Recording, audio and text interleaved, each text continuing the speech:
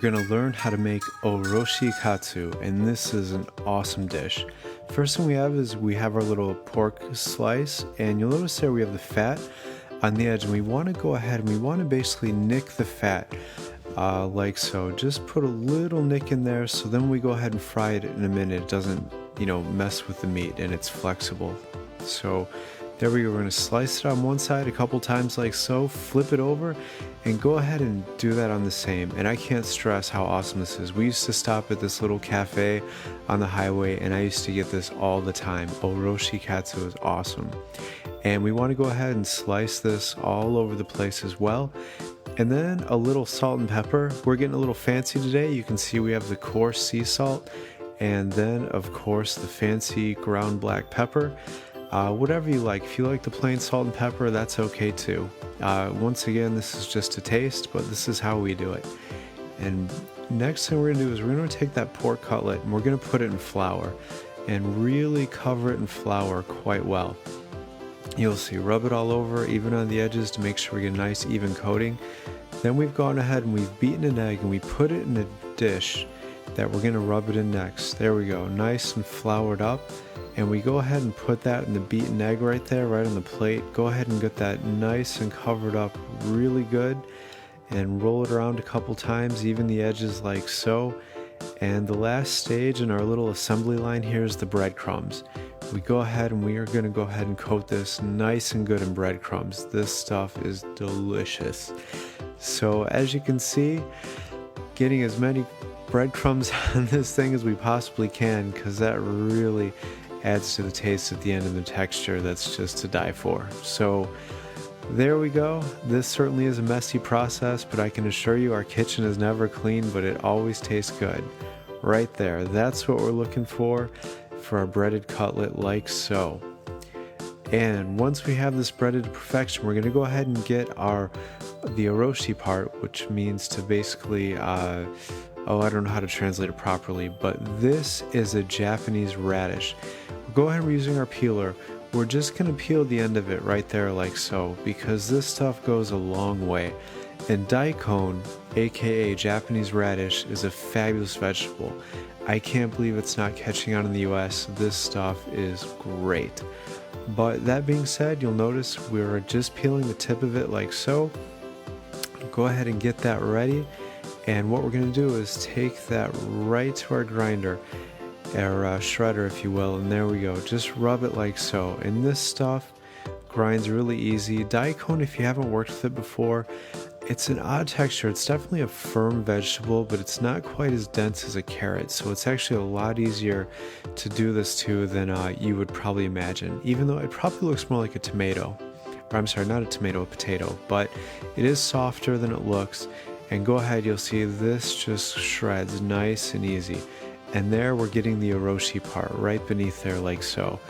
And this stuff adds the perfect bit of flavor to it. Oh, this stuff is great. Go ahead and knock that off of there, and that should be enough for one of our little slices today like so. Next, we have our green onions. Go ahead and cut the ends off there like so. And go ahead, just slice it down like you are used to. Nice, even, thin slices. This is going to go on raw, so definitely nice, thinly cut, pretty slices, for lack of a better term there. And go ahead and cut it up like so. And that's it right there.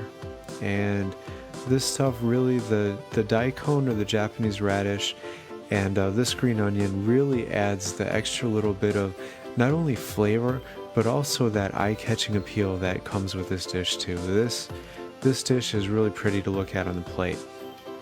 So how to know if your oil is ready to cook? This is vegetable oil in there that we have. Take one of your little breadcrumbs from a piece of the pork cutlet, drop it in there. If it starts bubbling and sizzling right away, you know that your oil is at the right temperature. So we've made a couple of these. We're going to go ahead and drop them right in the oil gently, because if you drop them in there too hard, you're going to get oil flying all over the place. You definitely don't want that. So go ahead and slightly drop them in there.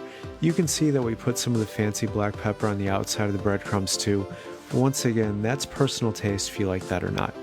So we've let it cook a couple minutes. We've kind of fast forward to go ahead and spare you the time of having to watch it cook. And check the bottom of these. You definitely don't want to overcook the bottom of them. Right there, a nice golden brown like so. And there we go. You can see the one at the top's a little more brown, but nonetheless, these are both cooking right at the same rate. And what you really want to do is get it so you only have to flip it 1 or 2 times. Once is utopia. You know, if you're really good, you can get it like that. It takes a little bit of practice, but we want both sides to get a nice, even golden brown and to make sure the meat in the center is cooked as well. So once we've got a good golden brown on the bottom, we flip it over, let it cook a little bit more. We fast forward once again, and we're going ahead and checking the bottom. And once we get to where we're comfortable with it, we should be able to take them both out at the same time. And definitely be sure to check your meats. You want to make sure the middle's cooked well. You don't want to serve raw meat. Obviously, we all know the dangers of that. So here we go. We're just letting it cook in the oil. The oil's at pretty close to high heat, just a touch below that, because once we get to temperature, we just want to maintain it. And there you can see the boiling oil. It's definitely cooking away. And this stuff really is, you know, the same thing with sushi. You want it eye-catching, to be sure to get it the right golden brown, so when you serve it on the plate, the person who's getting it is just excited to get it. That really is an art form that the Japanese have down very, very well. So here, I guess it's time to have another look. There we go. We can flip it over and see that our meat's cooking really well. You can see Buster, our little pug, pacing in the background. He knows that goodies fall on the floor all the time when we cook in our house. So, you know, I think that's about it. And right there, that's the look you're going for. That's when you know your meat's done and you're ready to get down to business. So we're taking our cutlet, we're slicing it on the cutting board like so, in nice slices that are even, not too thin, not too large. Once again, personal preference, but typically with what we're showing here is how it's served at the restaurant. And once you get it on the plate, you take that daikon, or the Japanese radish, you take that and you put it right along the middle there like so. Oh, this stuff is delicious. And then we want to go ahead and take those green onions, put them right on the top. Oh, that is beautiful. Absolutely beautiful. And you put chopsticks, then you put your serving sauce with it as well. And this stuff is delicious. Thank you for watching. We appreciate likes and comments. Please remember